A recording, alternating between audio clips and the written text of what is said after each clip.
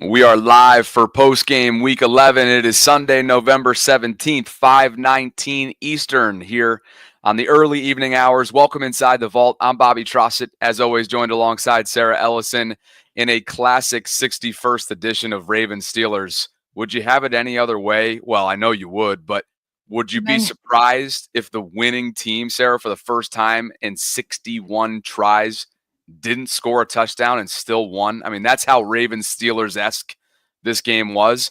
But ultimately, self-inflicted wounds will certainly be a major topic of conversation, as it has been before this year. Baltimore drops to 7-4. Pittsburgh remains in sole possession of first place in the AFC North. They are now 8-2. Excuse me, 7-2. Wait a second here. Let me make sure I get this right. Baltimore drops to 7-4. Pittsburgh improves to 8-2. A nice 2-game cushion over the Ravens through 11 weeks. Partner, how are you? I'm doing well. We're matched again, not on purpose, but both in our Ravens black. But it also feels like a funeral because the Ravens just got whooped, killed, demolished. And I mean, again, the score makes it look close. The Ravens were able to put together 2 drives on offense, but the Steelers clearly have the Ravens number. The Steelers have won 8 of the last 9 matchups. Whether Lamar is in or Lamar is out, the Steelers keep beating the Ravens, Bobby, and it's the same old thing we've been seeing this entire season. And as Lamar said a little bit last season, it is completely undisciplined football. Steelers outcoach the Ravens. Mike Tomlin outcoaches John Harbaugh. The players of the Steelers are outplaying the players on the Ravens team. The Steelers, basically Chris Boswell kicked his way to a win for the Steelers, whereas Justin Tucker, I was hoping last week was a new low. This is even worse. But Bobby, if the Ravens and 3 turnovers, Bobby, if the Ravens don't learn how to get out of their own way, they will not go far at all in the postseason. The Ravens we've said this before, it was on full display. The Ravens are their biggest enemy. The Ravens are their own biggest detriment. You cannot tell me that Steelers team is more talented. They certainly have a fantastic defense. The Ravens are way more talented, and they've been more talented for years. And yet the Steelers keep owning them time in and time out. And it's on everybody, from coaching to players, decision-making, execution, all of it. If you told anybody this time last week, hey, going into Pittsburgh, this reeling Ravens defense is going to allow just 18 points, you're thinking to yourself, oh, okay. But then you remind yourself, wait a second, it's Ravens Steelers, and really nothing else matters. Everything goes out the window. And you just mentioned a couple of those detriments, a couple of those Achilles heels, and here they are listed. I mean, you just can't win a divisional game, much less really any football game in this league consistently when you miss multiple field goals. Justin did from 47. Justin did from 50. He did make from 54 after those 2 misses, which is notable. 3 turnovers. We'll get to the specific nature of all 3 of those, including an all-out effort play and one of the more spectacular interceptions you'll ever see from Peyton Wilson, ripping the ball out of Justice Hill's grab. 12 penalties for 80 yards, as you referenced, has been a season-long issue for them, all 3 levels. When it happens, phases, I should say, when it happens on special teams, it becomes even more inexcusable. 4 for 11 on 3rd down. You don't use Derrick Henry in a do-or-die situation, 2-point conversion-wise. We'll get into the specifics of that play. Lamar Jackson shared what the design was there specifically, and you got dominated in terms of time of possession. 36 minutes and 22 seconds for Pittsburgh, 23 to 23-38 for the Ravens. So, I mean, right there, we just listed off 5 or 6 reasons why there's just no way you're winning a game like that. And yet, it's 2-point difference. And yet again, a less than a 1-score difference in Ravens Steelers. These 2 teams will play again. We just got a $100 super chat donation from Greg Scott, who's got to be feeling generous today. But we got a ton of different super chats to get to. Thank you guys for being here. I mean, where do you even digest everything I just said? Let me just get Lamar Jackson's reaction to the sloppy football that you just perfectly outlined from the turnovers to the penalties and everything in between. He was asked what we've been saying, what Coach Bill Belichick has been saying. He was asked, are the Ravens their own biggest detriment? Lamar Jackson, absolutely. It's been that way ever since last year, I believe. Going back to the AFC Championship game, we killed ourselves. Chiefs game in the opener, we killed ourselves. Raiders game, we killed ourselves. Today, the same thing. We can't keep beating ourselves in these types of games. Bleep is annoying. Close quote from Lamar Jackson. Bobby, we will definitely get into the details of decision making and the turnovers and all of that. But at the end of the day, it's this stuff that's been happening for, as Lamar has outlined, since last year. Since last year. Like, turnovers hasn't been like a massive issue all season. Okay, so you kind of say, okay, well, that's not who they've been. The offense not playing well, it's not who they've been.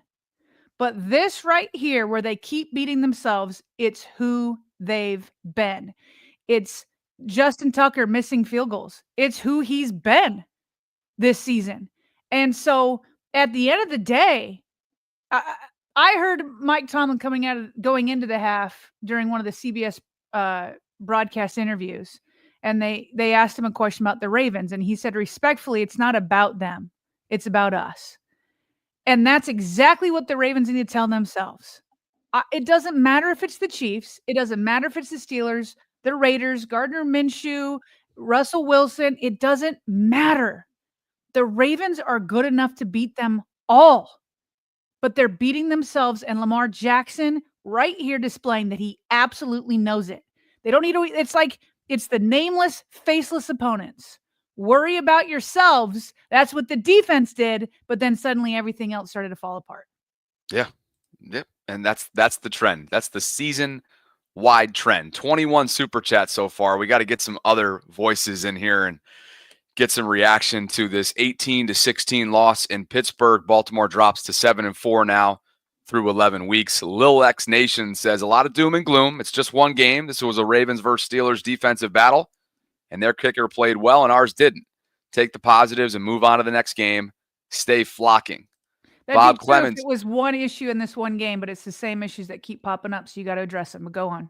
Bob Clemens says, seems like every game when the pressure's on, the Ravens find a way to beat themselves. Penalties, dropped passes, turnovers, questionable coaching, no Henry on the 2-point conversion, as we've addressed, and Tucker's misses. Diehard Eddie says, we lost in various ways today. It's so frustrating. O-line, drops, bad calls, penalties, bad play calls, and lack of discipline. And Lamar played bad today. Also, don't even mention Justin Tucker because I'm lost. Tom says, officially changing my name to Angry Tom. Getting beat is one thing. Beating yourself is another. Another one from Bob Clemens. And he writes, and how many times are the Ravens going to hurt themselves with the ineligible man downfield penalty, which was a gutting, certainly a gutting call on Patrick McCary there. Needs to be addressed in practice like yesterday. Purple Joker writes, Ravens are pretenders. 8 of last 9 is crazy. Shaking my effing head. Tank Bromansky says, why the F didn't we give it to Henry for a 2-point? Bob is just dropping in super chats like left and right for us. Justin Tucker farewell tour 2024. Hashtag sad but true. Gabe says, got punked on offense like in the playoffs last year. Hashtag ill. Remind me, I had a comparison from a psychological standpoint to that AFC Championship game that reminded me. I had a hint of that in today that I want to share later on in the stream. Okay. Barbecue Suzuki says Sarah still thinks the Lions are better than the Ravens. No, I've always said the Ravens are better than the Lions. They had a decisive win today, but against very different competition who's probably going to be losing their head coach here. Do you think that was a question mark? Sarah still think the Lions are better than the Ravens? Maybe that's a question mark. Maybe. But yeah, I think if they went head-to-head, I think the Ravens would win that. Next Gen Retro says, no Henry, 2 missed field goals, atrocious offensive game plan, head coach who doesn't know what he's doing, fire John Harbaugh. Max Offit says, Ravens at the Ravens. Gabe says, I was right about 29 starting. Hats off to me. We will get into a personnel change that was made pregame. Deep safeties concluded Kyle Hamilton and our Darius Washington. Gabe also says, can't watch national media this week, probably, but we're going to have to react to it. Greg Scott says, defense did fantastic. 6 field goals is winning football. Penalties and Tucker were the cause of this loss. Here's an L donation to my pathetic prediction of 35-17. Go Ravens next week. Why don't we stick into the super chats right now? Greg has dropped in, Sarah, 2 in the last several days because when you were out on Friday, he dropped one in when I was solo. So, Greg, thank you, and thanks to all of you for your super chats. We're going to pick up with Antonio, Wesley, and Daryl, and everybody else that dropped them in when we get to that in a few more minutes. So, Bobby, when you talk about mistakes, they obviously it obviously prevented the offense from getting anything going, like every single play. And Lamar said it. He's like, he was asked, why do the Steelers seem to have your number? And he's like, well, if anything, we're too hyped, number one. So they're not coming in maybe level-headed. Then he said, we also start too slow. And then he said, he's like, man, it really feels like we have penalties every single drive. And that's it, Bobby. When you are going up against one of the best defenses in the NFL right now, you can't expect to dig yourself out of a hole time and time again. You keep putting Lamar, the offense, they're putting themselves in 2nd and 3rd and longs. How many times can you overcome that? They did a couple times, but you can't expect it on a consistent basis. So not only is it slowing you down on offense, but look what it did for putting your defense in a hole, who finally showed up. So their first 4 field goal drives, and how many did they have total? Cool. 6? Yeah, 6 times 3 is 18. Yeah. So on the first 4, Jonas pointed out, well, the first one came after a fumble in Ravens territory. That was the one where Patrick Queen ripped it out from Isaiah Likely. Then their second one, okay, they did it on their own, 10 plays, 50 yards. The third one came after a fumble, again, in Ravens territory. Or actually, that one was the Isaiah Likely one. And the first one, I think, was the Derrick Henry fumble. And then their fourth field goal came after a 15-yard Ravens penalty. And then we also know that later on, there was that interception that was not on Lamar. I mean, I think it was a little bit, people were arguing online. I thought it was a little bit short, but I mean, slightly underthrown. Yeah, but it was in his hands. It was in Justice Hill's hands, and the defense for the Steelers just ripped it out and made a better play. And unbelievable play. That's 3 interceptions only for Lamar Jackson this year. All 3 originally hit his targets in the hands. Yeah. And so not only are these penalties, and then you add on the turnovers, you're just putting the defense in almost a no-win situation. The fact that they held them to, they were 0% in the red zone, Bobby. They were in the red zone, I think, 4 times, and they were stopped all 4 times. And so here you are. The defense may have been able to hold them down to even less points if you just didn't keep handing it to them in your own territory. So, it's got to stop. The mistakes have to stop. It's hurting you. The offensive penalties are hurting them on defense too. Oh, for sure. I guess one of the overarching takeaways that's such a bummer as Josh Allen leaps his body and puts himself in a terrible, vulnerable situation. I got Bills Chiefs out of in the corner of my eye, and all of a sudden Josh is like leaping through the air. This is a big game, obviously, for AFC implications and whether or not the Chiefs will go down for their first loss, and it's in Buffalo, so we'll see what happens. Give you updates throughout the live stream. But on a day where you had a complete defensive performance, you had guys flying around. Now, we will get to where Roquan Smith and where the game changed when he left with that hamstring injury and did not return. John Harbaugh did not give any updates on Roquan. I saw beat reporters sharing that Sanusi Kane, Sarah, left with not only a boot, but crutches. So not great for the Ravens rookie, who's been, I'd say, pretty impactful from a special teams perspective. But the game certainly did change in the middle part of the field when Malik Harrison was inserted in there. And I know that was late in the fourth quarter, or at least I think around the 10-minute mark, if I'm not mistaken, when Roquan went down. But, collectively, this was one of the defensive games of the year, up there with the Buffalo game on Sunday night. And yet again, you can't collectively put 3 phases together. Special teams and offense were tough to overcome today as much as the defense gave you through 3.5 quarters. I thought by the end of the half, maybe the offense had pulled it together. Like, look at this. The first 5 possessions, fumble, punt, miss field goal, punt. And then suddenly at the very end of the first half, Lamar Jackson and Derrick Henry found their rhythm, right? Lamar hit Isaiah for 18 yards. Henry ran it for 31. Lamar hit Bateman for 19. And then Henry punched it in for the 1-yard touchdown. And it was all kind of kicked into gear from Patrick Queen negating a sack deep into the, inside the 5, because Patrick Queen had a holding. And so that all got it going. I'm like, okay, the Ravens found the rhythm. And then what do you know? The Ravens, with like less than a minute, get the ball back at the end of the first half. And that's when they have another turnover. And it's just like, geez, they can't get out of their way. I thought, Bobby, that was going to be the turning point in the first half. And let's see and then we'll get to Justin Tucker in just a minute. And then I thought this was going to be the turning point in the second half. Another gift for Marlon.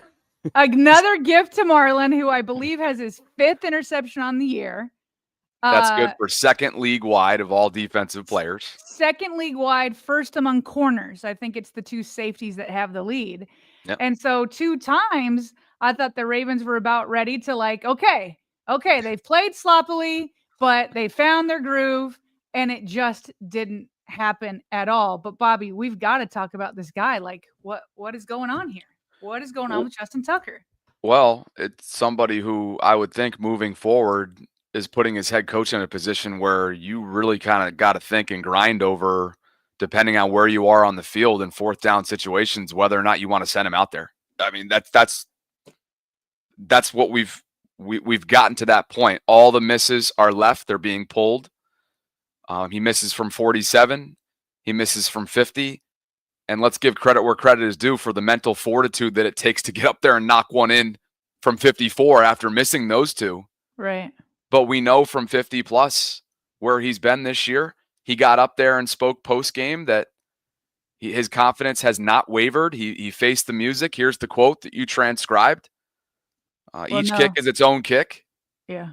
On whether there's a common denominator, not really know, because they're all going wide left. Harbs was asked about it again, which is what you transcribed as well. And he said Tucker needs to make kicks. He knows that. That's important. He makes them in practice. He made the long one later, which is good to see.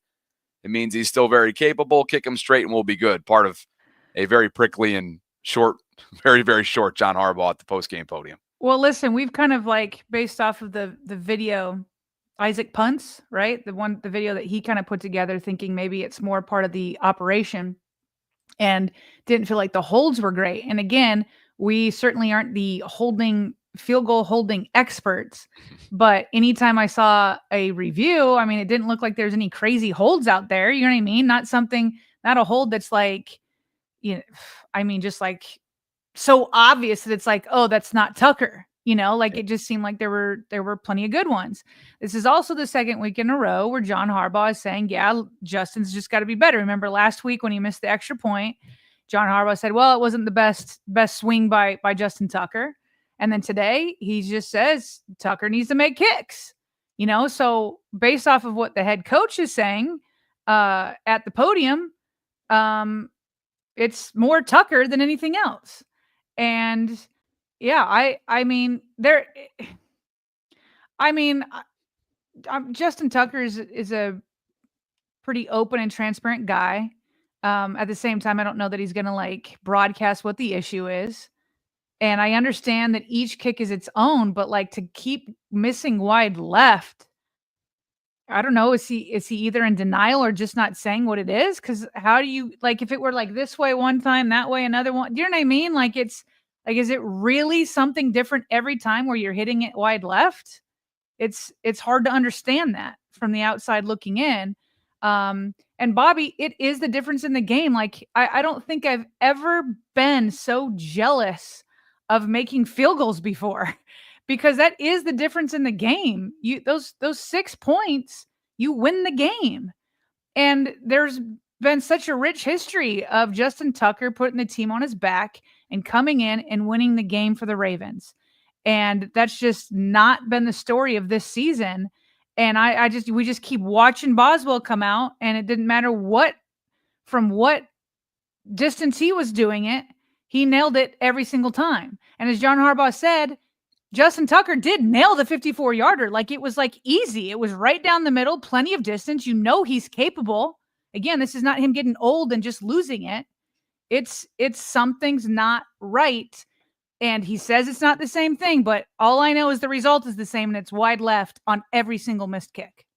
Chris Boswell converts from 32 in the first quarter, 52 and 32 in the second quarter, 57 and 27 in the third, and 50 in the fourth. Good for literally single-handedly a win from the Steelers kicker. Yep. Justin misses from 47 and 50, converts, as we've mentioned, from 54.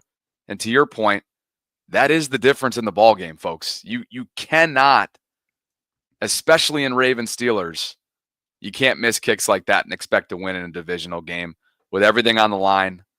Let's get to some super chats. Antonio says, so sick of losing to that team. The Steelers are not Super Bowl contenders with that offense, and neither are we if we don't stop beating ourselves. Wesley Hall says, same issues year in and year out. Assuming an early playoff exit, because that's what he does, what has Harbaugh done in the last decade to deserve coming back in 2025? Daryl Anderson says that Justice Hill interception was not an interception. Dual possession at worst, which goes in favor of the offense. Such crap, honestly. Diehard Eddie writes, Todd seemed to call some questionable plays against a tough defense. Or am I tripping? We're going to get to, I think, coming up here, that final design, what Lamar Jackson spoke about post-game on the 2-point conversion that would have tied the game up with no Derrick Henry on the field. Mike Walker writes, penalties are a big problem, bigger than defense right now. At least they were today. Lauren Wunderlich writes, was that Justin Tucker or Ray Finkel out there? Too many penalties, outcoached, defense showed up, but at what cost with injuries? Ugh. Daniel Rodriguez, a.k.a. D-Rod, says nothing worse than driving 5 hours for a loss. Safe travels back, D-Rod. Keep your eyes on the road. Gabe writes, called AW, calling 21. Let's see here. Okay, he called Ardarius Washington, and now he's calling 21, playing 50% of the snaps by week 17. He's calling for a Brandon Stevens demotion. We'll get into him. Dreams writes, no Derrick Henry on the 2-point conversion. No onside kick. Brandon Stevens is Brandon Carr 2.0. Monken abandoned the run game in a close game again. Chef Trez writes, penalties, missed field goals, fumbles, drop passes, and outcoached equals Ravens loss. How do the Ravens routinely botch games against teams we can beat? Gabe writes, we ran during OTA for penalty. We need to revisit. Dev James 25 says every game against the Chiefs and the Steelers is the same. Definitely a coaching issue. Now 2-10 against both teams in the Lamar era. Shaking my head. Stono 31 says, man, we played a solid game on defense. Sad it got wasted by a few mishaps. Shout out Owe. We will give Adafe, and particularly me, because I've been noisy about him, some love, because he showed up today, had 2.5 sacks there. I believe he's up to 7.5 on his year. And it was a week or two ago that I said he does everything besides finish, besides getting to the quarterback. That was not the case today. He had a motor today. He had a big impact from start to finish. Let's stick a pin in here and talk about the 2-point conversion.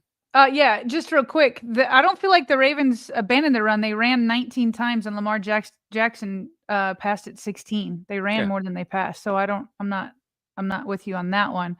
Okay, so yeah, this 2-point conversion was weird, very weird. So obviously they had gone out and had a play ready. The broadcast seemed to think that it was going to be a jump pass from Lamar Jackson. Steelers call a timeout last second, so you got plenty of time to call the next play.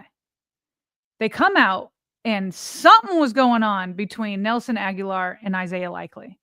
So Nelson Aguilar lines up on the inside, and Likely just grabs him by the waist and just moves him and goes and lines up where Aguilar was. And Aguilar is like trying to get his attention, saying and pointing out to the left, like, you got to be out there. Like, Isaiah Likely was like not hearing it. It was as if he was annoyed, because he's like swatting back as if he's knocking away a mosquito. Did you get the same impression on that he was like annoyed?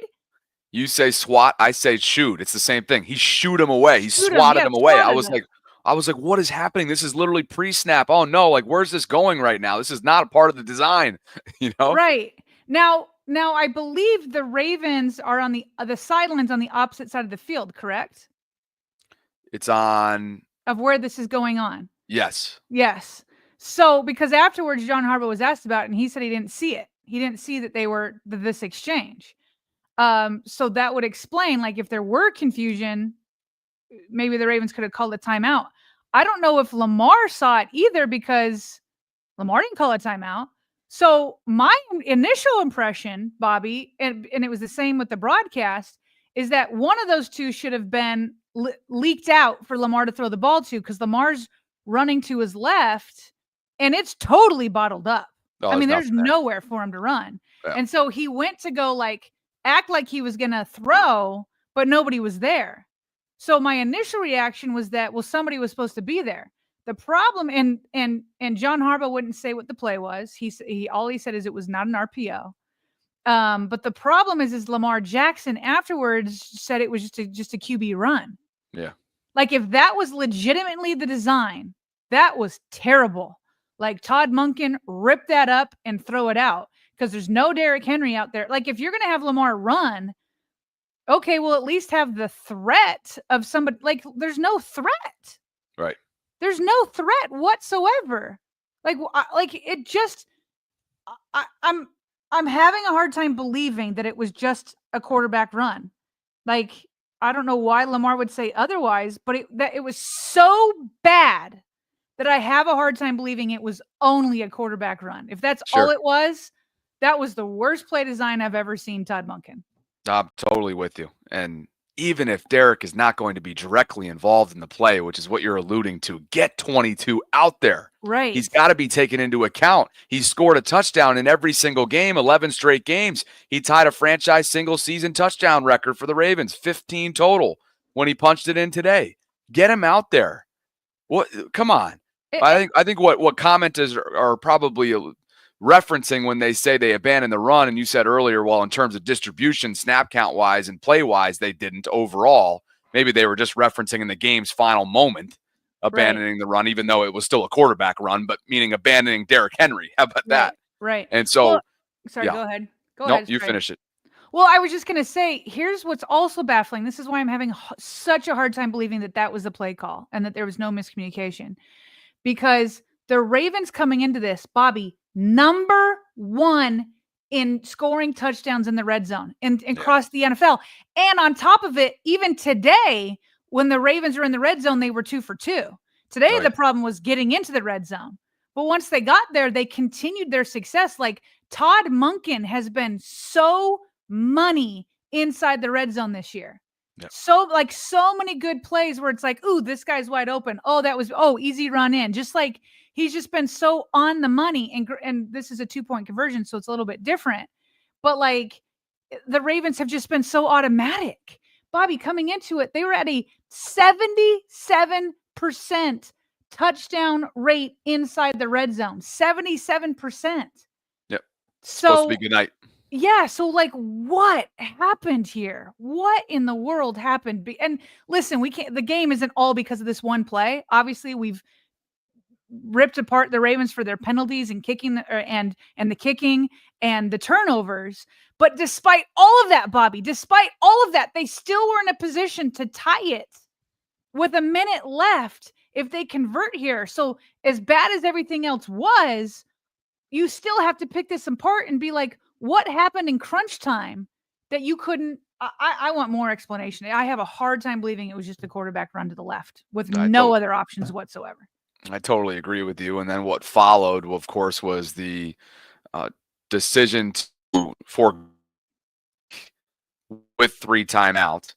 So Harbaugh, as you tweeted, they considered the onside kick at the end, but they felt the best chance was to get a stop with the timeouts that they had, get the ball back with about 45 seconds, and play for the field goal. He said analytical percentages favored that over an onside kick. So that probably came from their analytical booth and his headset up top. And he ultimately made that decision based on the numbers. Yeah, I actually agree on this one. Like, whatever, I don't know what the heck happened on the 2-point conversion. That was terrible. A timeout, something going on. But on this one, in the moment, I was like, oh, onside kick. But then I realized, okay, they got a lot of timeouts, and the defense had been playing lights out. So why don't you put the trust? Like, onside kick, when it's not against the Ravens, is a very low percentage play to actually, get that. And so why give the Steelers the ball, in a position where they can kick a field goal after just a couple of plays and even extend it. So, and based off the fact that the Ravens defense have been playing so well, and I mean, stopped them every single time they're in the red zone. They were a bit gassed at that point. So maybe that could play into it. And it's not like Justin Tucker was making all of his field goals, although he had made the previous 54-yarder. But the chances of getting an onside kick are so low that I don't hate that he made that decision on that particular play. There are other things certainly to complain about. I'm with you. Tonight's live stream sponsor and all of our post-game show sponsor for the entire season are our friends at GEHA. That's Government Employees Health Association. And as they've told you all year long, we're going to tell you again, a new season is upon Baltimore. That means an amazing one. Of course, it's always funny to say that after losses, but hey, 7-4, 7-4. They got a lot of work to do down the road here. But GEHA wants you guys to know why your favorite team plans their future. The Government Employees Health Association can help you plan for yours. GEHA has offered medical and dental benefits for more than 87 years, and they are designed to meet the needs of federal employees and retirees, military retirees, and their families. And with over 2 million members and counting, GEHA continues to serve those members and families who serve all of us every single day. GEHA is a proud partner of the Baltimore Ravens, and they provide health and dental benefits for federal employees since 1937. You can learn more by visiting our show notes. You can go directly to a URL and type in the search box, geha.com/RavensVault. It is also a pinned comment right now in the live chat. It would help us out immensely, as we always tell you. If you click on it, check out the site, what you're looking at right now via the screen share tool here on StreamYard. Here's the site. Super easy to work with and navigate. And again, GEHA, the only reason why these post-game shows are exclusively sponsored, and we want to shout them out today for their continued support of our channel. Where to next, partner? We got super chats. We caught up. Not even close. Okay, let's get through a few here. Back to super chats, and thank you guys for being here. Over 2,300 of you concurrently watching tonight. Ravens lose in Pittsburgh, 18-16, dropped to 7-4, and now there's a little bit of a cushion for the Steelers, a 2-game cushion to be exact, atop the AFC North entering Week 12. Let's see, where did we leave off? Dev James 25 says, every game against the Chiefs, we have that one. Stono 31 says, man, we played a solid game on defense. Sad it got wasted by a few mishaps. Shout out Owe. I think that's where we left off. Bob Clemens writes, one good thing here, and we will talk about the newcomer who made a solid debut with the Ravens. That is Tre'Davious White. Barbecue Suzuki says, sorry, the other way around on the Lions. Better than the Ravens, but no, I respectfully disagree. The Ravens are not touching the Lions this year. Well, the only way we'll find out is if they both make the Super Bowl. That's right.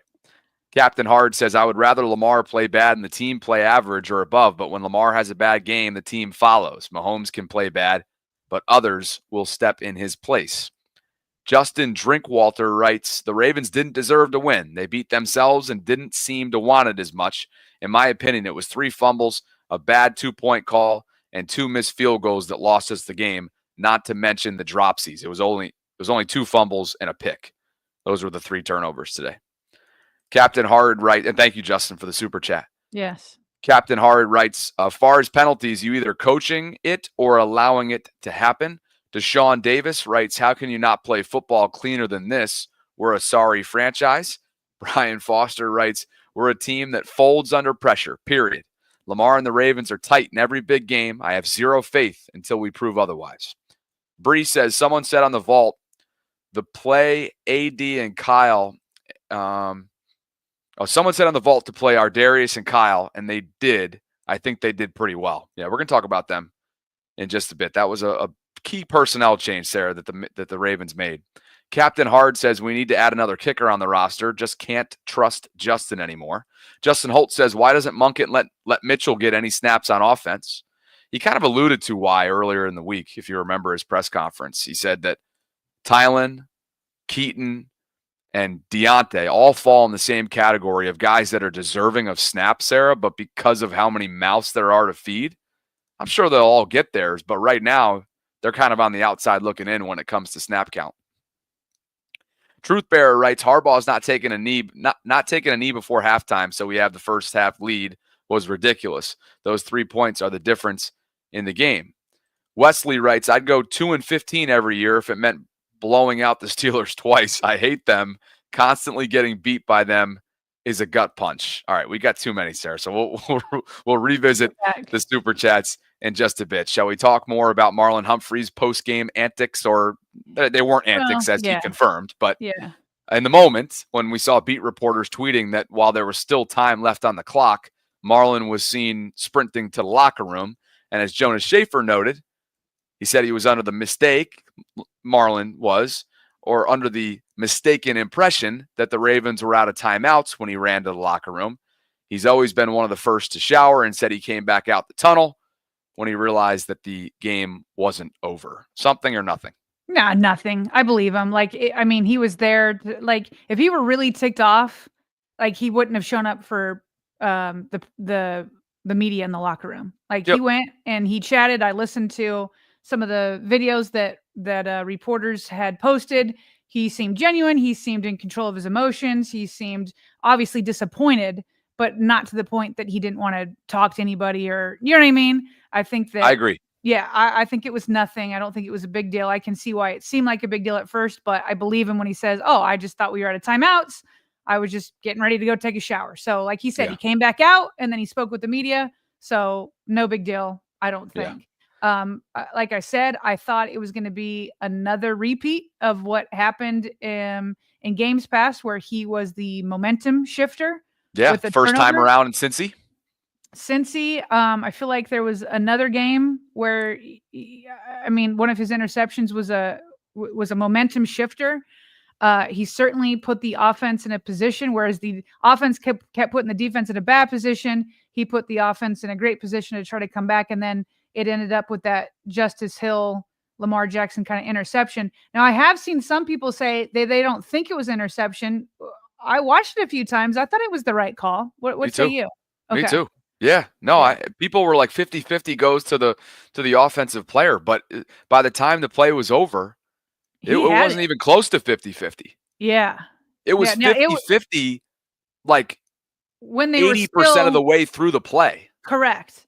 And then Peyton made an again, I can't stress it enough. Peyton Wilson made an unbelievable play to stay with that. It was a one-handed strength, one-hand strength to somehow free the ball up from Justice.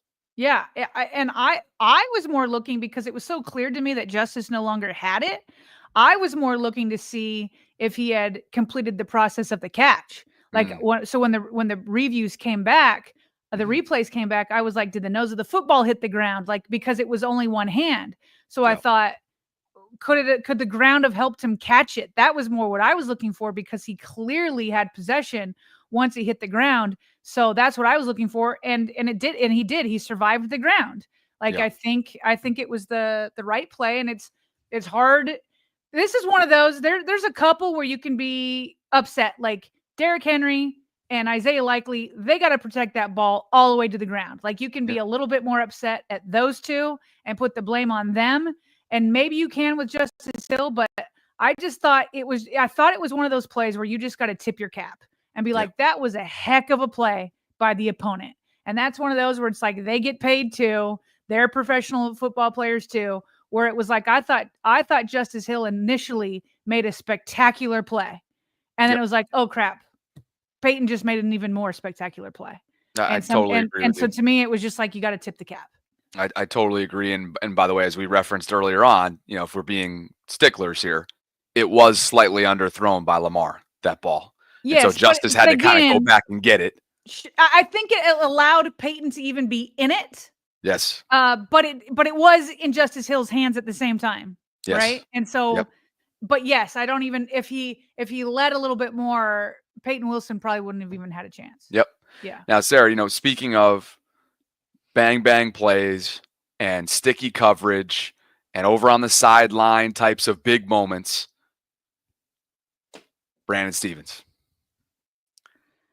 The knock on Brandon, as we all know, is not his stride for stride running ability, is not his sticky coverage attached to your hip, is not sometimes, at times when he does locate the football, his use of his hands. He's got good hand usage. He's a physical corner.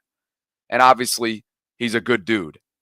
One thing that has continued to rear its ugly head and did again today with a classic moon ball from Russell Wilson. He's made a career on it. And now he's instant chemistry with George Pickens, is the ball awareness, is locating the ball in the blind spot, or even knowing that the ball is coming to you. And it burnt him today. He did have great coverage in a pass breakup on Calvin Austin in the first half. He had some other good plays that were notable. But the one that's going to be talked about, unfortunately, because it's become a trend, is locating the football. And it's been a detriment to him this year. It's just no ball skills. Like, I think you tweeted it at one point during the game. I mean, there's nobody that runs hip for hip to hip better than Brandon Stephens. I mean, he is right there every single time. And yet every single time, now he's like turning his head, but today it was too late. He was lucky that one bounced off the shoulders of, was it Austin? I think it was Austin on that one. Yep. And then he gave up the other one to George Pickens, and it was after he had missed a tackle earlier in the drive. And so when you watch that, and on the same day, you see this man balling out, Tre'Davious White balled out in the few opportunities that he had. He had 2 huge pass breakups. And that's the thing, is like, Tre'Davious was running with these guys every step of the way, just like Stephens. But he turns around and he can make a play on the ball. Like, there was a couple where Brandon Stephens was able to get the pass breakup, but it was more like out of luck. You kind of felt like it was like, oof, phew, like he was just there enough to kind of be annoying. But Tre'Davious White, like, no, his eye was on the ball. He was right there with the receiver, and he knocked the play down. There's one of them that I thought he was going to have the interception in the end zone. And so they ended up getting a field goal out of it. But it's like, my goodness, if you can do this after, what is it, a little over a week now here in Baltimore, and Brandon Stephens keeps struggling. So you've got, I don't know that it's a coincidence, Bobby, and maybe it's the Russell Wilson effect, but I've seen a lot of bad quarterbacks dice up this secondary. Whether it's Gardner Minshew or Bo Nix, okay, or now Russell Wilson. We've seen a lot of guys dice up this secondary. So is it a coincidence that the day that our Darius Washington goes in at safety, so Williams never had any, he was benched again, right? Oh, yeah. Did you ever see Williams out there? Yes, when Kyle went down. Okay, so for injury purposes. Or excuse me, you know what? Marcus was in there. All right, live chat, help me out here, because Marcus was out there. But was it when Kyle or Roquan went down? I saw 32 as a deep safety. It was when one of those two went down, and it was late in the game. But you know that it's because of injury. Oh, yeah. Yeah. So to answer, yes. Okay, so live chat says it's when Kyle went down, which meant makes sense. And what's crazy too, when Roquan went down later on in the fourth, Harrison, he had the green dot headset. Yeah. So they had to quickly, and Kyle's just, can you say enough about Kyle Hamilton with what he did today? I mean, he was evaluated for a concussion in game and is in the returns like a play or two later. Yeah. But when that happened, when Roquan went down, Kyle had to go off the field real quick because he became the green dot wearer. So there was a lot happening there in the fourth quarter. But for the purpose of your question, yeah, he was out there, but only due to injury. Okay, so he was benched and came on because of injury. If there were no injury, he never would have gotten snaps. And it's going to stay that way based off the way our Darius Washington played. I mean, he was where he was always where he was supposed to be. He made pass breakups. He came in and stopped screens. He came in, was big in run defense. I mean, he played very well. And not even like, oh, well, at least he's better than Williams. No, like he played very well. And then so on top of it, you see Tre'Davious White doing stuff like this. Yeah. It's like, let's keep this formula, fellas. In fact, let's increase the formula and give more of Brennan Stevens snaps to Tre'Davious White, because Nate Wiggins has been there. Nate Wiggins is always right there. We keep seeing his name come up with PFF stats that he's given up some of the least amount of space, right? We know Marlon Humphrey's balling out with his 5 interceptions now. He's playing great on the inside, so we may have the formula. Now, what's sad is Roquan Smith started finally looking like Roquan Smith. Like he became an enforcer again tonight, but then he had the hammy, and you know those hammies can be tricky. They can linger. They can linger. And I don't think, again, there was any coincidence that the Steelers started moving the ball and they started throwing right back to the linebackers and we're moving the ball again. So, but if he can get healthy, you may have a new formula with Ardarius Washington and Tre'Davious White, where it's like, maybe the Ravens are finding a defense, and which has been, one of a couple issues. The other two are penalties and Justin Tucker. But again, just keep working on it, because the league's going to get nervous if they find a good defensive formula. Well, several different notes there. First and foremost, what's most telling about Roquan is that he had a tackle for loss today, two to be exact, but it was his first tackle for loss there since week 1. Since week 1. Roquan's final line, 13 tackles, again, was ruled out with about 10 minutes left or so in the fourth quarter. So this is not a full 4-quarter stat sheet here. 13 tackles, that's game high, 8 of which were solo, 2 tackles for loss.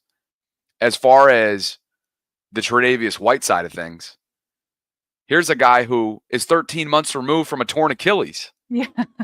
And somebody that was sort of thrust into very valuable snaps for the Rams prematurely.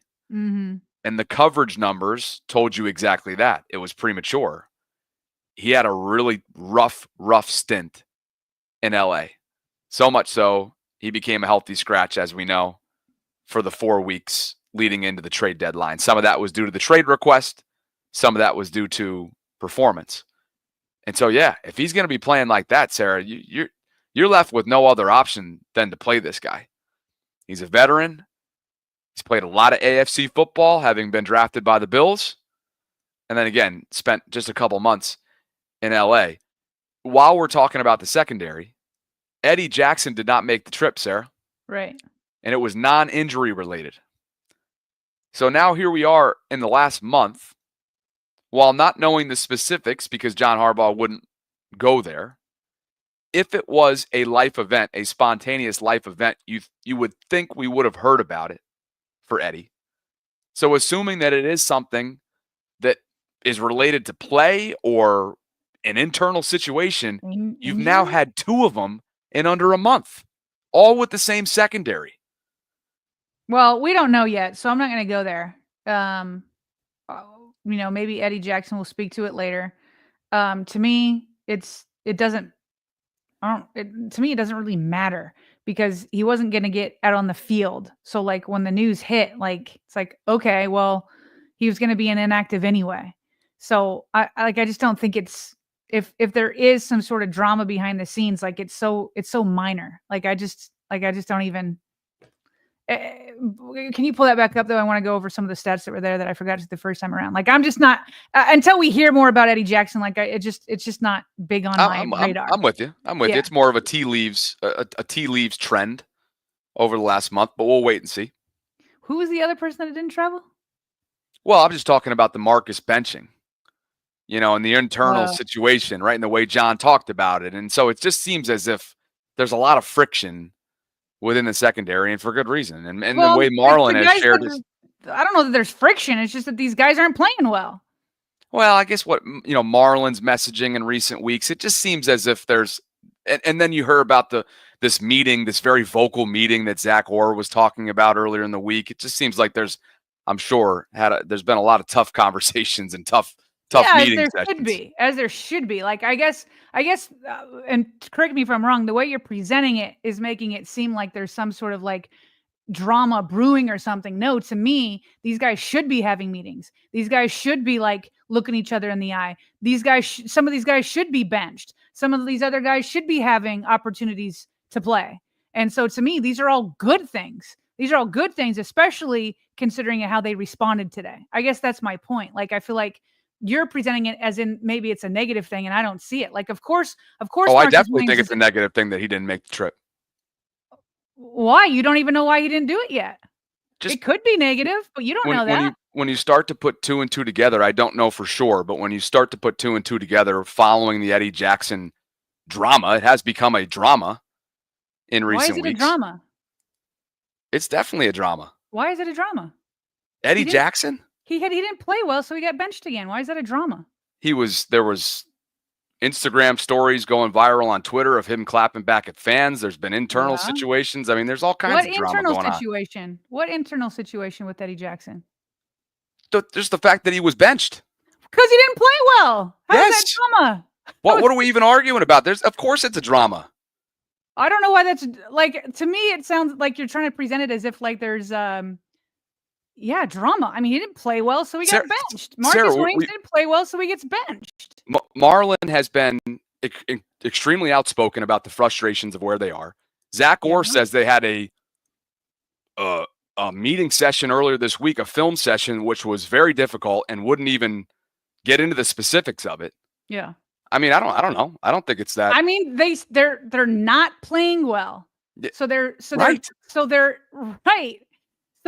having the appropriate meetings and discussions, and they're saying the right things in the media. Marlon Humphrey is like, yeah, we're not playing the Ravens to the Ravens standard. Fact.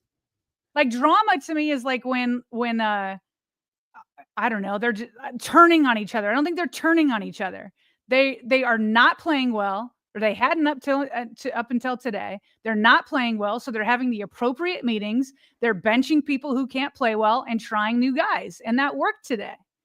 I don't know if I don't know if what I'm getting at is that they're turning on each other. It just, friction feels like the right word. When your veteran safety is not traveling, when Marcus Williams gets benched, when we're hearing about very candid, very pointed film sessions that Zach Orr kind of alluded to, that there were some tough conversations had, when Marlon Humphrey's acting the way that he has. We're getting off on a tangent, but I just think all those things are appropriate. Like, yes, for sure. I just feel like you're presenting it as in like, better watch out. And to me, it's like, no, this is all good. Well, like, better watch out that maybe something led to you know what, Eddie, we don't even need you. Don't even come. Don't even come to the don't even come. Now that on the road maybe trip. It's true, but that you're just putting out there without any evidence whatsoever. I'm suggesting, based on what we know about everything that's gone into a 32nd ranked pass defense. But let's keep this moving. All right. Well, the 32nd pass defense has stunk it up, and everything, the benchings, talking to each other is all appropriate, all a good thing in my view. A couple of things here on these stats that I wanted to pull up. First of all, Steelers 0 for 4 in the red zone. Awesome for the defense. Goal to go. Ravens stop them. 4th down. Steelers 0 for 1. Every single time the Steelers got into 3rd down, Bobby, I was feeling really comfortable. Steelers only converted on 25% of their 3rd downs, 4 for 16. Ravens stunk on 3rd down too, but right now we're focusing on how good the Ravens defense was. Like, it was just time and time again, they stopped him short. And there was a part of me, Bobby, that didn't quite really believe in the Ravens' #1 rushing defense, because I thought, well, is anybody really trying? Because it's easier just to go over their heads against the number 32 ranked pass defense. But today, the Steelers tried, and the rush defense came through time and time again. They got a little gas at the end for sure, because they were put in bad spots. You can't really blame them. But today, I felt like I was like a real believer in that rush defense. Overall, just again, I don't want to be too excited because Russell Wilson, it's not like he's been playing phenomenal. He certainly has gotten the Steelers. They've been scoring 30.3 points per game since Russell Wilson took over. So that makes you feel really good that you held them to 18. So hopefully the Ravens, could this be for the defense a momentum shifter for the year where they have found the right personnel in the right positions? I think Travis Jones deserves a shout out because Oof. This is a guy who has been seemingly dealing with a lingering ankle issue. And when you weigh, well over 300 pounds and you are a part of the interior defensive line push, that's difficult to rehab that in season on the fly, whether you have a mini bye week to do so or not. For sure. And so Travis just continues to, the team looks different without him, quite frankly, up front. And so I thought that he and Broderick Washington, it was nice to see Brent Urban back after a 2-week, talk about lingering. It seemed like that concussion protocol lingered for multiple weeks. So I'm with you. I thought they took a great step forward and stacked some games here now, back-to-back weeks with, that interior push. And then, of course, on the edge, as we referenced earlier on, Odafe Owe had a career-high game. I mean, he had 3 sacks before. I guess he actually finished with 2.5 is what the final number says on the stat sheet. But it's 5 total tackles, 3 of which were solo, 2.5 sacks, 2 tackles for loss, and 4 quarterback hits. So just in case you guys weren't tuning in earlier on, I did eat crow. I mean, I said, a few weeks ago, and it was not a condescending tweet at all. At least I didn't mean for it to come across as it. But I said, Odafe Owe does everything besides sack the quarterback. And since then, he's been sacking the quarterback. So it was great to see 99. He was just swarming Russell Wilson early and often.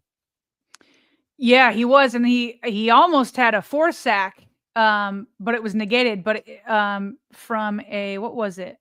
I can't remember why it was taken away from him. Oh, I guess they were reviewing a play before. Reviewing a play and blowing the whistle and blowing the play dead. And it turns out it was good. It was negated because I'm pretty sure on the very next play, it was when Marlon Humphrey got his interception. So absolutely there was, and I'm sure it goes hand in hand. Odafe Owe was finishing.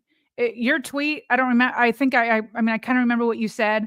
I think what you're basically saying is he doesn't finish. And I'm pretty sure every single person in Ravens flock has said that at least once over the last few years, where he's always close, but hasn't finished. That's always been his thing. Well, today he finished. And I want to give a shout out because a few of them I felt like it might have been, or maybe at least one was a coverage sack. Like Russell Wilson was back there and looking around and nobody was open. Nobody was open. And so the two obviously just play hand in hand, the defensive coverage and the pass rush. And so I believe, so when Jeff Zrebeck wrote this tweet, he said Odafe Owe had 6.5. That was after back-to-back sacks, and then he added a third. So I think he's at 7 since you said it's 2.5. So he's at 7, 11 weeks into the season. Bobby, he's on his way to having a double-digit sack season. He is. And he's well ahead of what will become, it's already a career high. But prior to that, his rookie season and then his third season, he hit 5. So he's got a career high. And to your point, he's flirting with that double-digit number. Great to see number 99 cash in, especially because the Ravens invested in him, as we all know, with that 5th-year option this past offseason. And we really haven't talked much about Derrick Henry. Here's what kills me, Bobby. So he obviously had that fumble on the second offensive play of the game. Deshaun, who got it? It was, what's his name? Hegwin, whatever his name is. So Herbig punched it out. Herbig. And then Deshaun Elliott recovered. Deshaun recovered, and how fitting is that the ex-Raven who made all the headlines leading into the week, it feels his presence felt, early on. And then, of course, PQ had an active game as well, and he finished with a game high, not a game high, but a team high 9 tackles and a tackle for loss. I was going to say both ex-Ravens probably felt pretty good about their day. Patrick Queen getting that ball out from Isaiah Likely. But it was the first lost fumble in 538 touches. And we saw him on the sideline hitting the bench. He wasn't happy. He was able to come back out, and he had that big 31-yarder. What did he finish with today, Derrick Henry? 65 yards, 13 attempts, had the 1 touchdown. They played him tough. Yeah, and here's what's frustrating. I've seen some comments, and I don't think it's quite on right. I know what people are trying to get to. Like, people have said that, like, the Ravens don't show up for big games. I don't think that's true. Like, the Ravens showed up on Christmas Day last year against the 49ers. They're like, the stretch last year into December was phenomenal, and that's how Lamar Jackson ended up winning the MVP. Like, it was just game after game of top elite teams that the Ravens faced, and they kept beating. They came up against Houston in the playoffs. I don't know that the Ravens can't come up in big games, because I definitely have seen them on prime time. Lamar Jackson is one of the best prime time, and those are always big games with the whole nation watching. So I don't think it's that. I think it's two teams. I think it's the Chiefs, and I think it's the Steelers. It's two teams whose defense and defensive coordinators and or coaches have the Ravens number. And Lamar Jackson came into this and that's what's so frustrating with Derrick Henry here. Is the whole point is against these types of teams like the Chiefs and the Steelers, Derrick Henry is supposed to be the guy that's like, here, I'm going to help shoulder the burden from Lamar Jackson. And then on the second play, he fumbles. The second play. And he's stronger than that, and he's better than that, and he knows it, and that's why he was so angry. But that's what's so frustrating is here you are in the most physical game that you're going to play each year. The two most physical games you're going to play each year is against the Steelers. And so you bring in this physical running back who is the king, and he's massive and he's unhuman-like, and he shouldn't run as fast as he does for his build. And then on the second play, he fumbles. And it's like, no, Derek, you're the guy who's supposed to be shouldering this burden. And that's what's so frustrating is here you've had Lamar, who's had his worst quarterback passer ratings against the Steelers. And then he's up here again. He's at 66.1 today. I'm pretty sure that's what he's basically been averaging. I think it's been in the 60s. And so it's just so frustrating that the guy that you bring in to help shoulder it was the first one to make the mistake and get the ball rolling on just a sloppy day. Finishes with a passer rating of 66.1. It's the seventh lowest of his career as a starter, and 4 of those 7 have come against Pittsburgh. And to your point, just 2 wins over his career against Kansas City and against Pittsburgh. So both of those groups, both of those teams have this team's number, have Lamar's number. And one thing that I thought I wanted to make an observation on, Lamar finished for 4 carries for 46 yards. He had that long of 25. I thought at times there were certain opportunities where he looked tentative, where there was some daylight, open space in front of him that he did not take. Mm. And not to compare this game to the AFC Championship, I can remember saying the same that night as well. Now, he would later go on right before the season began to share that he was nowhere near healthy that game, for whatever it's worth. He has been on the injury report in recent weeks for the knee. There was also a back designation at one point. No idea whether or not that's related in that there's a correlation between that and the decision making, but it was just an in-game observation that I remember having, particularly on third down, where there were a couple that he sailed past his pass catchers that I just felt like could have been some chunk opportunities for him, and I just wondered why he didn't take them. Yeah, I felt like that was especially true in the first half. But yeah, it did feel like there were a couple that he could have gone to do, or gone and just ran it and maybe either pick up a first down or get a big chunk of it. So yeah, I agree with that. And I also feel like today it just didn't seem like guys were getting open. It just seemed like Lamar was looking downfield, and we don't have the all 22, but it just seemed like he was looking down, and based off the fact he wasn't throwing, you think that they're not open. Maybe he missed something. I don't know. But it just seemed like time and time again, I felt like Lamar had decent time. There were definitely plays where it was like, things broke down. But if you were to talk about it throughout the day, I felt like he had pretty decent time back there. But he would just have nowhere to send the ball. And so, they got to figure that out. And if it's not open, that's where you have to make them pay and use a gift that most quarterbacks don't have, which is probably the best, pair of legs that a quarterback has ever had. So can't be shy about using those for sure. He was sacked twice. There were a couple times where shockingly, TJ Watt got around unblocked, which is always shocking. Yeah, How I you don't know lose if Roger later. Rosengarten on one of them just didn't. I have no clue. I don't know Yeah, what was going on there. I But then, hope did you notice the Roger. respect between the two? The cameras kind of cut it, so you kind of have to put it together. But Lamar got rid of one right before TJ Watt was able to sack him, and Lamar's like from the ground looking up to see if it got caught. It didn't, and TJ was doing the same thing on a knee right above Lamar. But then he looked at Lamar, and the cameras cut away, but it looked like he was going to help Lamar up, and then the cameras came back from a different angle, and then Lamar patted TJ Watt in the back of the head. And I was like, I love that. I love it because these are two greats right here. These are two greats within the division, balling out. And I love the respect that they seem to show each other. Oh, TJ's generational. I heard a statistic from Jerry Sandusky in the radio booth on my way back from the pregame show, and I'll paraphrase it a little bit so that I don't. It was like he's missed 10 games or something like that as a Steeler. And in those 10 games, Pittsburgh's like 1-9 or something like the dude is literally game changing for that defense. And today he finished with 3 tackles, all of which were solo, a sack, 2 tackles for loss, and 2 quarterback hits. So he continues to be a game record. Just to revisit that thought that I alluded to earlier on in the show about how I did want to make one comparison to the feel of this game from the AFC Championship last January. Yeah. Do you remember kind of having the conversation that whether it was the Travis Kelce antics or some of the unsportsmanlike stuff there from Zay, or it just kind of felt like the psychological warfare was won by Kansas City that night? Yeah. I kind of felt a little similar in that realm from today. And I think there might be a correlation between high emotions after the whistle and undisciplined football.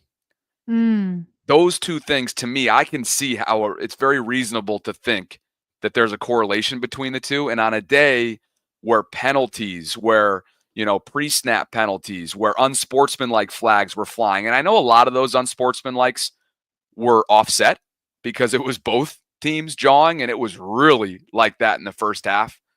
I just kind of felt like the Steelers won that side of the game. And it just made me go back to the memory bank that I left the AFC Championship game with. And that was all that thought was. I think there might be something to that a little bit. Like there's something like the Ravens are like the big brother to a few teams, right? Like Lamar Jackson and the Ravens, for whatever reason, have the Bengals number. It's just like Lamar is now 10-1 against the Bengals as a starter, right?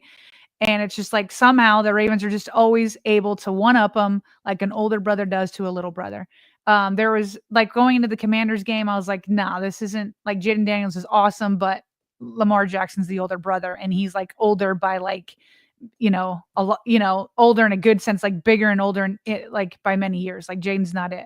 They've come back down to earth, by the way. I don't know. Right, they have, yeah. Yeah. I kind of have felt the same way about the Houston Texans, right? That or Brock Purdy or with the 49ers. Like, I just feel like the Ravens have been the bigger brothers.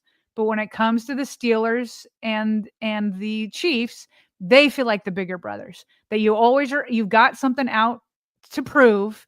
And the Ravens are used to being the bullies, but with those two teams, they seem to out-bully the bullies, And so Lamar Jackson had kind of alluded, he's like, well, maybe he's like, if anything, we get too hyped. And so like when you're that penalized in these big games, there might be something to what you're saying and what Lamar's saying. Instead of getting, I don't know what the right balance is, but if you're so amped and fighting between the whistles that you lose all discipline when you're lined up, or, you know what I mean? Then it's just like, with these guys, you might have to be needing to play smarter. You just need to be playing smarter, especially on offense. Like on offense, is it? I just don't know. Like on defense, let the defense be the enforcers. On offense, just be smart. Be like you would be at home. You want the stadium quiet when you're on offense. You want it calm. You want it clean. All that kind of stuff. And then you can stick out your chest afterwards. But so let the defense be those enforcers, only as long as they can be disciplined also. But I think there's something to what you're saying. And to me, you're right. Like it's these older brothers that they're trying to out-bully, but just can't. So now you just got to play smarter football. Speaking of older brothers, I saw the CBS camera sideline shot of Cam Hayward, one of the longer tenured Steelers, taking just for a half second George Pickens off to the side. And it kind of like, and of course you can't lip read and you have no idea what he's saying, but body language certainly suggested that Cam was like, hey, like, come on, let's stick to the, let's kind of gain our composure here. And all it was a split second. But it was just a nice reminder that, like, yeah, you do need somebody, especially of Cam Hayward's status, to sort of cool you off a little bit, make sure that the focal point remains the focal point. And it seemed as if and you wonder if there's also a correlation not just with the discipline of the penalty side of things, but what about just execution? Can you get so hyped up and your emotions are so flowing that you allow your eyes to start looking down the field and you get hit in the helmet with like Zay with the drop? Now it doesn't come back to bite him, right? But is there a correlation Bateman there? made the next play and then they end up scoring the touchdown, right? Hey, Sarah, Bateman had some big catches today. Big catches. He got smacked by PQ at one of them. I believe that was on third down. He had, of course, the big one there after you said like the Zay Flowers drop. That was literally on, I think it was on the next play or two plays after. But he also, I had a note here, he puts him over his, so that 19-yard reception of his in the first half, it surpassed his rookie receiving yards total of 515. So it's a new personal best for Bate. Okay. Certainly trending in the right direction for him. But a couple gritty catches from Rashad Bateman tonight. Yeah, there were there was one and the trust level, I think they noted this on the broadcast, the trust level between Lamar and Bateman has grown so much. Yeah. For Lamar to go to him in those moments where he used to go to like Mark Andrews all the time, right? In those moments when there was one time where I think that 3 or 4 defenders were surrounding him. It might have been the one after Zay had dropped it. And like you said, he just got pummeled, but he held on to the ball. And I love that. For Bateman, I just want it to translate into a win. Let's get to some super chats. Yeah, let's catch up on those. Yeah, we got 62 of them. Let's see. Pretty Fresh 20 says, I told you Steelers would beat Ravens both games. Well, that hasn't happened yet, though. Harbs needs to be investigated as to what he has the offense doing and why they always come back off of long breaks looking unprepared. Captain Hard says misses the easy ones but would make the hard ones, probably referring to Justin. And Boogie says it's really time to start trimming the fat. Diesel Doctor says, ugh, good job being the better team today, Steelers. The tuck issues make me sick. Great job, defense. This should have been an easy win. Our defense is balling. Big plays negated by penalties. Ugh. Context and perspective says, am I the only one that hates the ineligible man downfield call, especially when it's a lineman that has nothing to do with the play? You're not alone. I'll add on. Patrick was like caught in the rush, Sarah. Like he was in the midst of the trenches. Like he got tripped. He was just in with bodies flying and everywhere. He was a yard downfield. Like, why is that being called? That's one of those ones where you don't have the full story when they're the most. Well, you do in a sense that they're the most penalized team in the league. But that's one of those ones where it was definitely came across as tic-tac. Yeah, I mean, the one with McCary, like he was on the ground and he got called for it like there was a collision. Yeah. So, and I also will say this, like, and again, this is not to excuse it. This has been a season-long trend. The Ravens need to be more disciplined. That being said, there were a lot of plays that the Steelers got away with today. There was one on Deshaun Elliott where he basically tackled Isaiah Likely before he even got a chance to get to the ball. And I'm trying to forget. I tweeted it. There was Pickens may have pushed off once. Huh?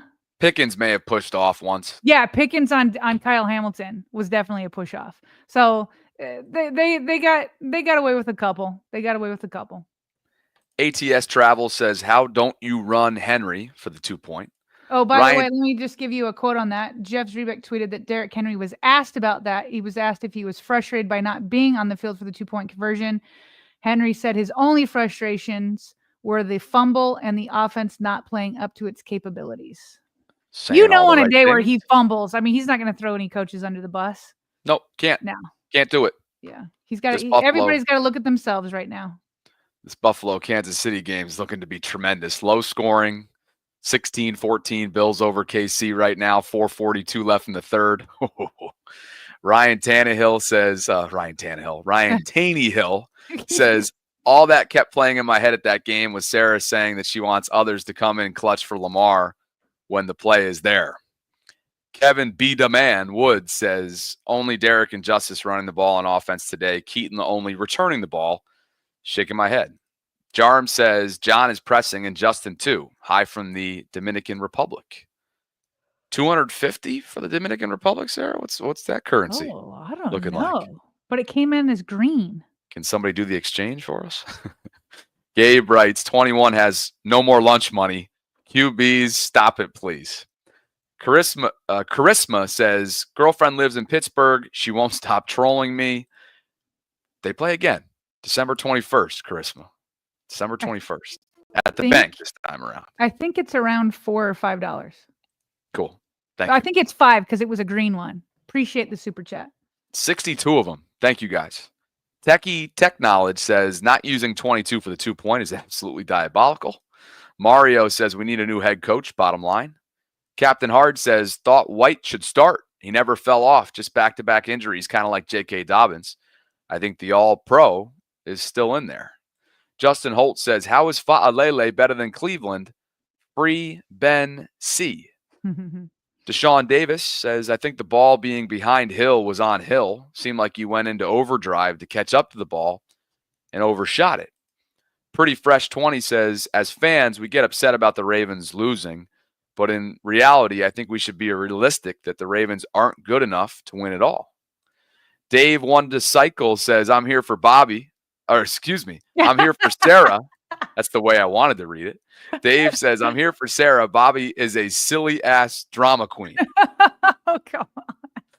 Real Truth and Power says, penalties, missed field goals, and being out-coached. Tomlin has the pulse of his team.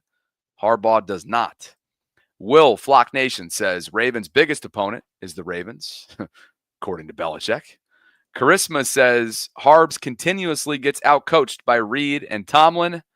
And Anwar says, leading the league in penalties by double digits. We'll have to see what those statistics look like after this one. Again, the numbers, not pretty, not where you want to be from a discipline standpoint. They get knocked for 12 accepted penalties, 80 yards negated, Sarah. Tyler Linderbaum was asked about the 2-point conversion. He said, me and Pat are supposed to get around on pole blocks.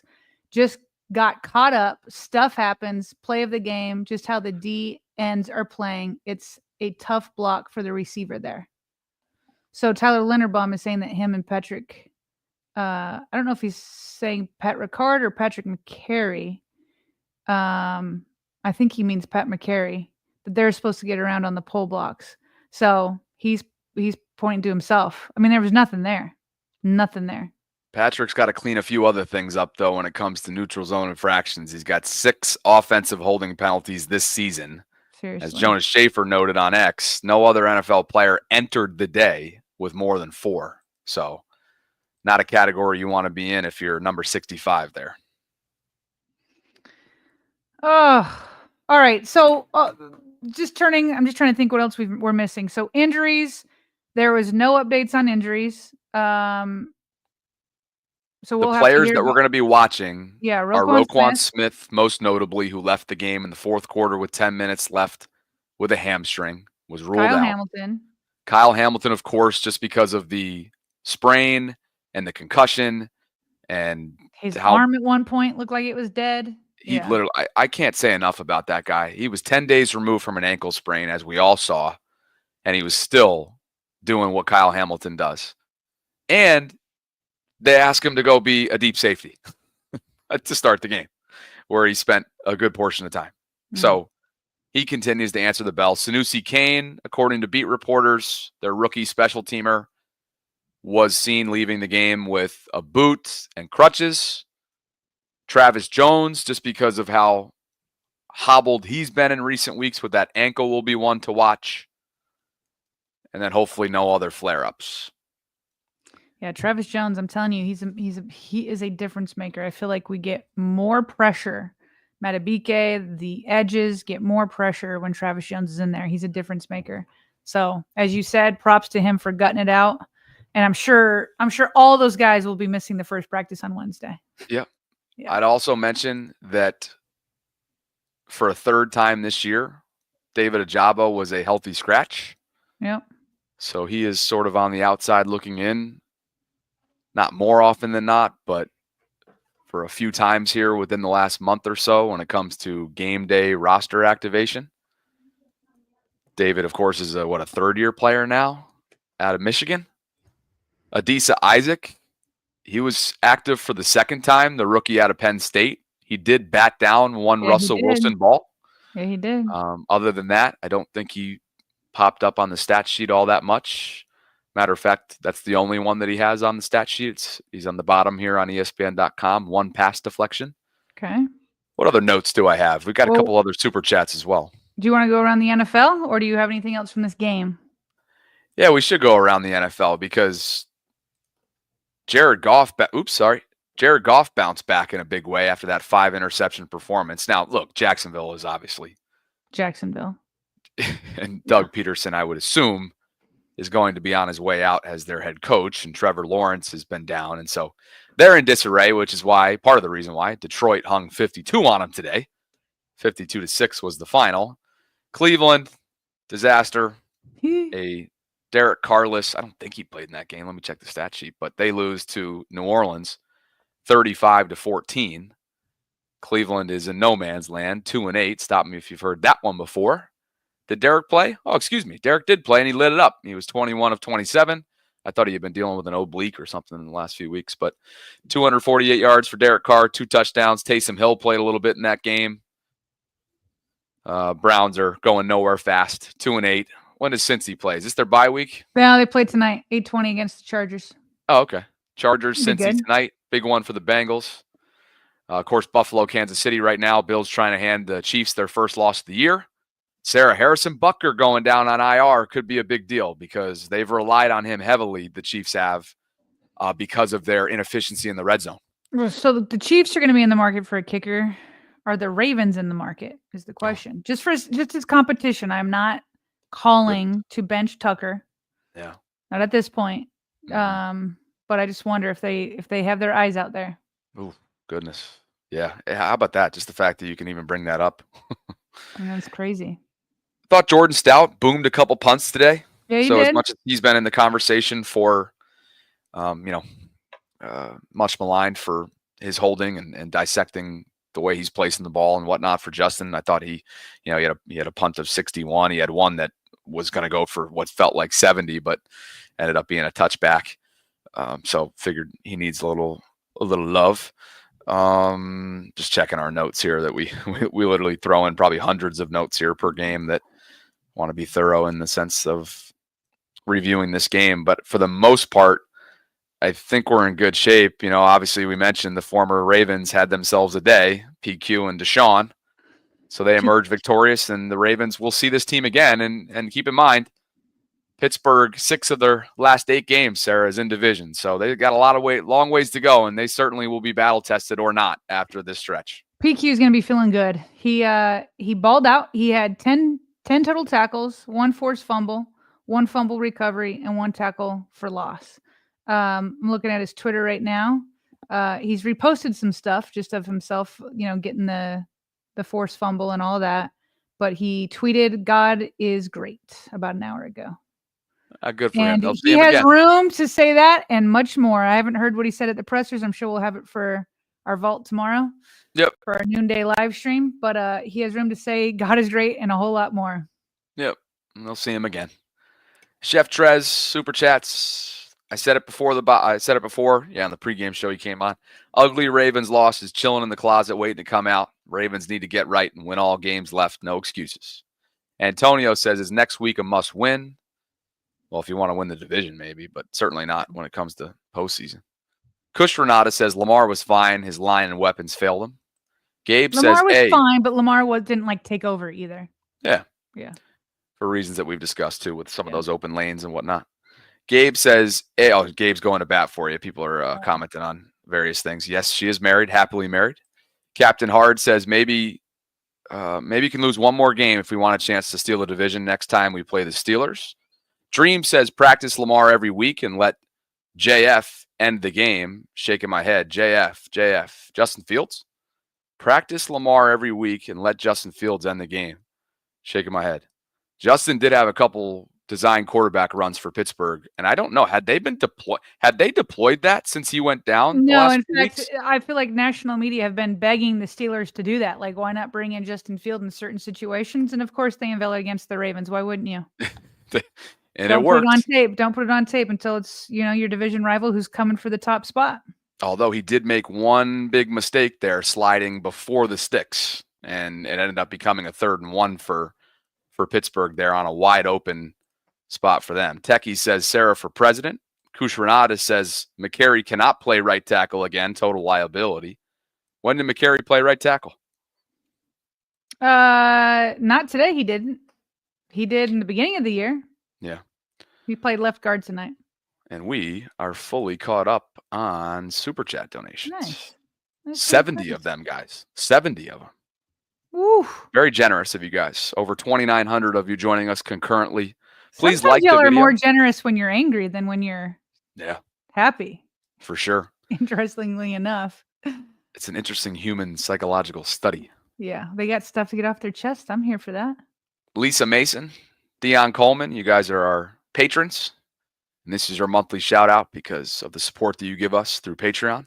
So thanks for being part of the Vault Patreon community. And if you guys are interested in doing the same, visit patreon.com/RavensVault podcast. Would love to get you guys involved in that capacity.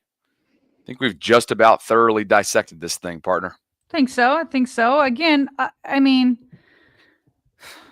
listen, it's crazy that if you want to like go off on an optimistic note, I think we've ripped people apart sufficiently.